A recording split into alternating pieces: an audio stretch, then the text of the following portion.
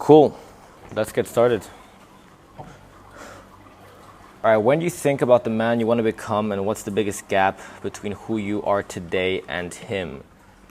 Okay, that is a tough question. When I think about the man I want to become, what is the biggest gap between who I am today and him? So, I think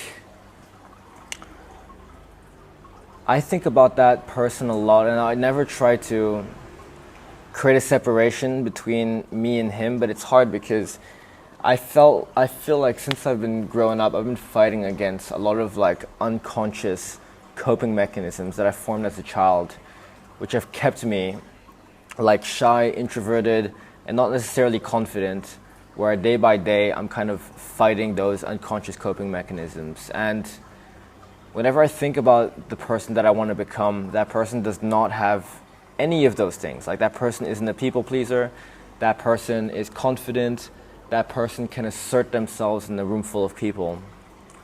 And there are times where I feel so far removed from that person, right? I've managed to stack a lot of healthy habits on top of those insecurities. Like, I go gym every single day, I fight, I do martial arts, I've learned how to become an entrepreneur and speak to different clients, many of which are maybe doing better than me in business or in different avenues for my agency. And that has taught me to get closer to the person that I want to be.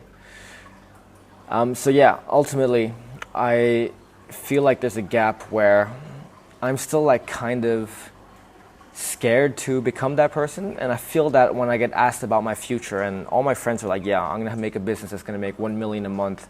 I'm going to make a business that's going to retire me at 30.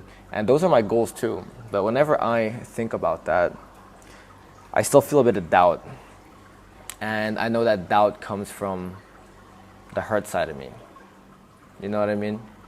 But at the end of the day, I also know that like my identity is completely fluid. Like, I can form it however I want to.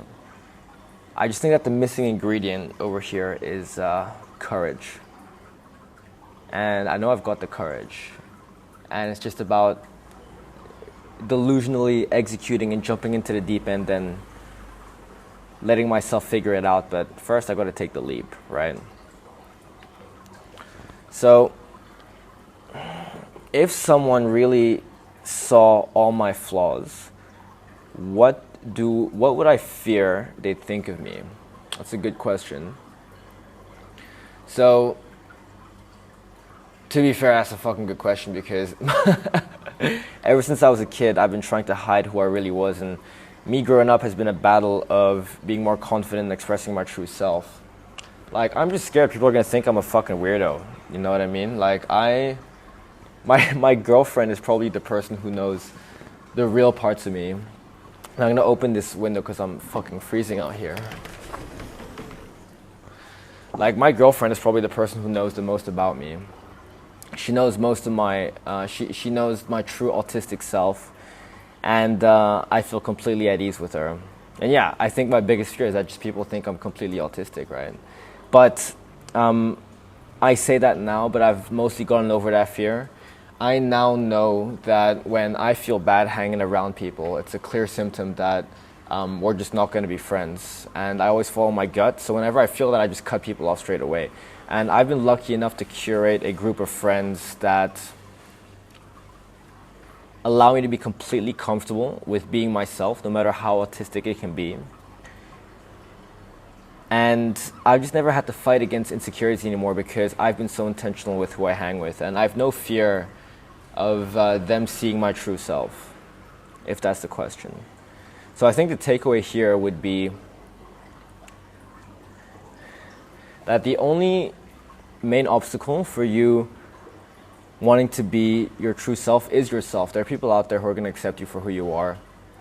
And the majority of people won't, and that's completely fine, because their judgment is just a projection of their own insecurities of themselves. So I don't fear what people think of me, to answer the question. I fear what I think of myself, and that's something I'm dealing with every single day.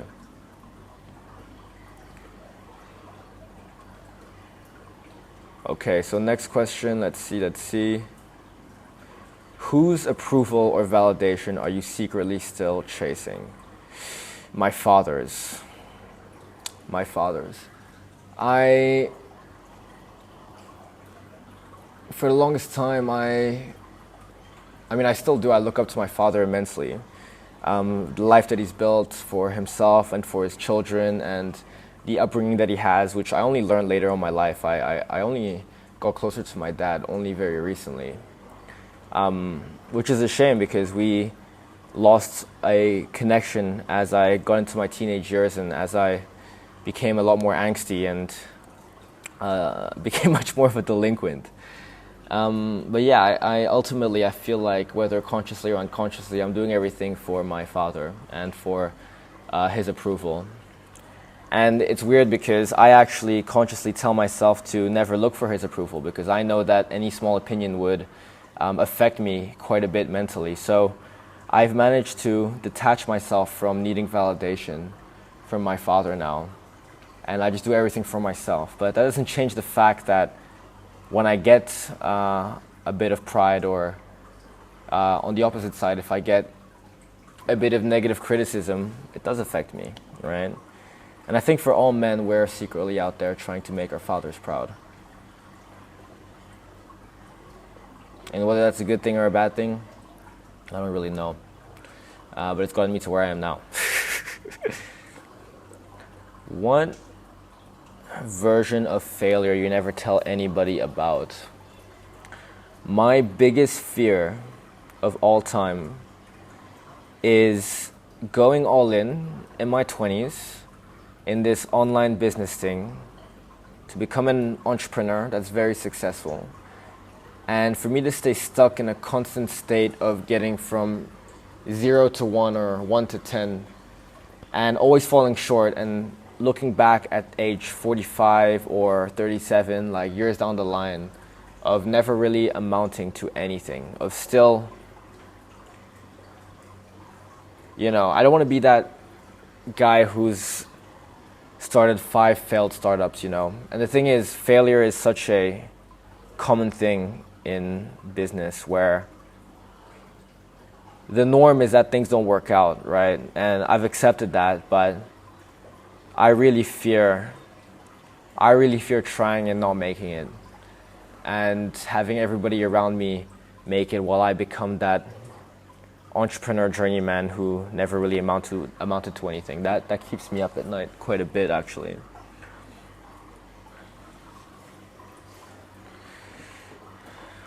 Next question, let's see.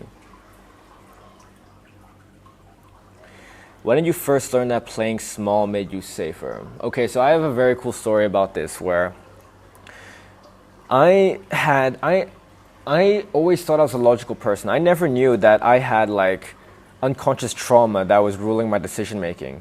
But the people around me knew everything because they saw everything. My girlfriend, for example, she saw me go through 3 separate occasions of deciding to start a new business or a new venture or a new project, pushing myself and giving all my resources and energy into it for like a year, and then for me to only for me to crash and burn out, have a small reset period and start all over again and have the entire cycle continue. I thought every time I started these different projects that I was acting completely rationally, that my decision making was sound. I would never understand why I would burn out and fail and start all over again. But my girlfriend did. And when it happened for the 3rd time, that's when I told myself, like, there is something over here. Like, there's something that I'm not seeing, which is affecting my current circumstances, and it's going to affect my future. And I realized that I was being guided by my traumatized self, who was always telling me to stay in my comfort zone.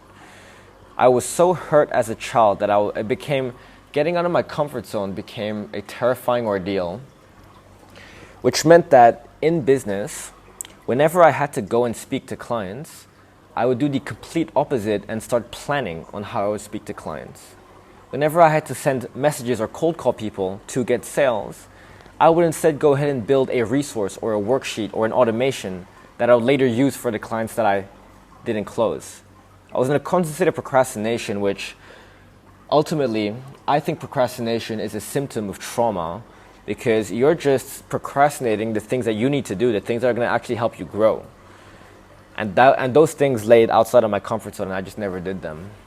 So yeah, that's something that I realized which kept me in the safe zone. Last question.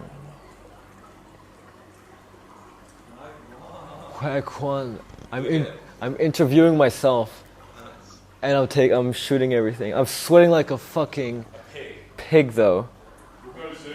What time is it? Yeah, it's got me end this actually. All right, show's over.